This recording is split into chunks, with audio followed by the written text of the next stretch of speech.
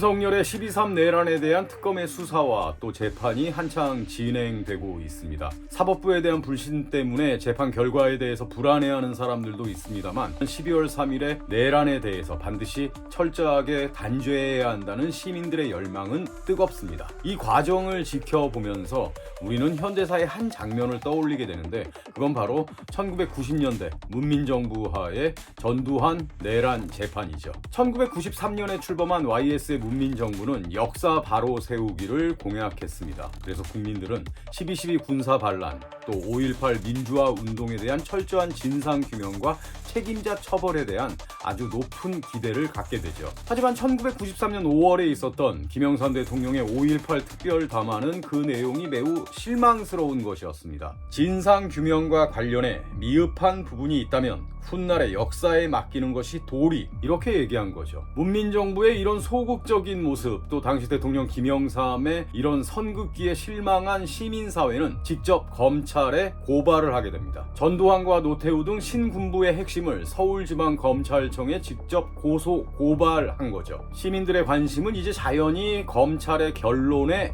모아졌습니다. 그리고 1995년 7월 18일 검찰은 이렇게 입장을 밝히게 됩니다. 성공한 쿠데타는 처벌할 수 없다. 사법심사가 배제된다고 보는 것이 상당합니다.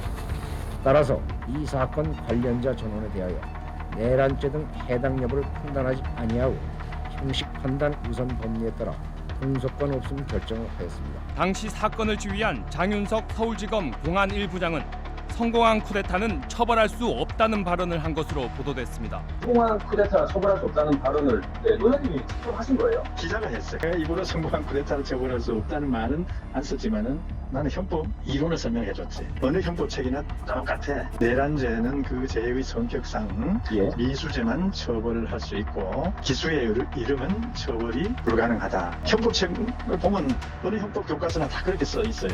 지금까지도 회자되는 너무나도 유명한 말이죠. 성공한 쿠데타는 처벌할 수 없다. 공소권 없음에 불기소 처분을 내린 거죠. 이러한 검찰의 결정은 전 국민의 아주 격렬한 반발을 불러일으키게 됩니다. 그리고 정치권도 야권을 중심으로 해서 특별검사제를 주장하는 등 압박을 계속했지만 좀처럼 진전은 없었죠. 그러다 3개월 후인 1995년 10월에 이른바 노태우 비자금에 대한 폭로가 터지게 되죠. 그리고 이건 단순한 노태우 개인에 대한 어떤 부정부패의 문제가 아니라 신군부 세력 전체에 대한 단죄를 요구하는 국민의 여론이 한층 더 높아지게 됩니다. 이를 계기로 해서 당시 대통령 김영삼이 특별 지시를 내리게 되는 거죠. 그러면서 국회는 5.18 민주화 운동 등에 관한 특별법을 통과시켰고요. 1995년 11월 30일에 12.12 및 5.17 내란 및 5.18 사건 특별수사본부의 발족과 함께 검찰이 재수사를 결정하게 됩니다. 그리고 12월 2일 검찰은 전두환에게 소환조사를 통보하는데요. 전두환이 과연 소환조사에 응했을까요? 그렇지 않았죠. 전두환은 소환 통보 당일 자신이 살던 연희동 자택 앞에 측근들을 대동하고 나타납니다. 그리고 아주 뻔뻔한 태도로 성명서를 읽기 시작하죠. 바로 이른바 전두환의 골목길 성명입니다. 김영삼 대통령의 문민정부는 50과 60에 대해서 과거사 청산이라는 근거도 없는 술책을 통해서 왜곡하려고 하였고 나는 검찰 소환에 절대 응하지도 않을 것이다. 이렇게 선전포고를 한 거죠. 그리고 자신의 고향인 경상도 합천으로 가버립니다. 어떻게 됐을까요? 검찰은 사전 구속영장을 청구해서 발부받습니다. 그리고 그 다음날 새벽에 합천으로 가서 전두환을 체포하죠.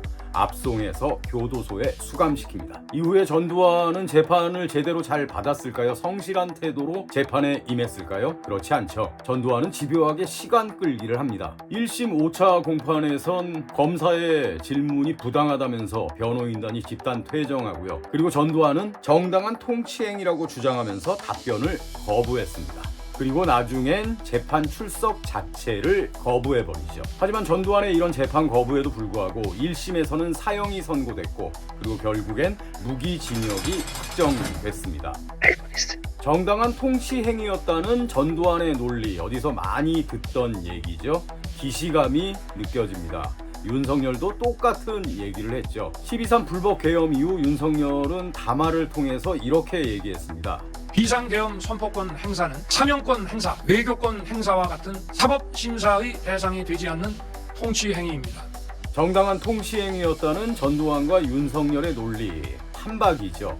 하지만 친위 쿠데타 또 내란은 통치행위 자체가 될 수 없습니다. 재판을 거부하고 시간을 끄는 윤석열의 전략도 전두환의 그것과 아주 빼닮았죠. 대통령 후보 시절에 윤석열은 이런 발언을 한 적이 있죠. 5.18과 12.12를 빼면 전두환은 정치를 잘했다. 당시에도 아주 논란이 됐던 그런 발언이었는데 지금 와서 다시 생각해보니 정말 섬뜩한 말이 아닐 수 없습니다. 윤석열의 12.3 내란은 어쩌면 전두환과 신군부의 12.12 군사 반란 그리고 이어진 5.17 전국 비상계엄 확대 이걸 벤치마킹한 2024년 버전이 아니었나 이런 생각이 들기도 하는 거죠. 어떤 내란 수괴도 그리고 어떤 독재자도 자신의 죄를 스스로 인정하지 않습니다. 시인하지 않는 거죠. 그들에게는 자기 성찰의 능력이 없기 때문입니다. 12.3 불법계엄 그리고 내란 우리 시민들이 막아냈습니다. 이제는 그 재판이 잘 진행이 되는지 그리고 그들이 응당의 처벌을 받고 단죄가 되는지를 두 눈 크게 뜨고 지켜봐야 할 때가 아닌가 싶습니다. 다시 한번 알베르 까뮈의 그 유명한 말을 생각하게 됩니다. 어제의 범죄를 처벌하지 않는 건 내일의 범죄에 용기를 주는 것이다. 오늘은 여기까지.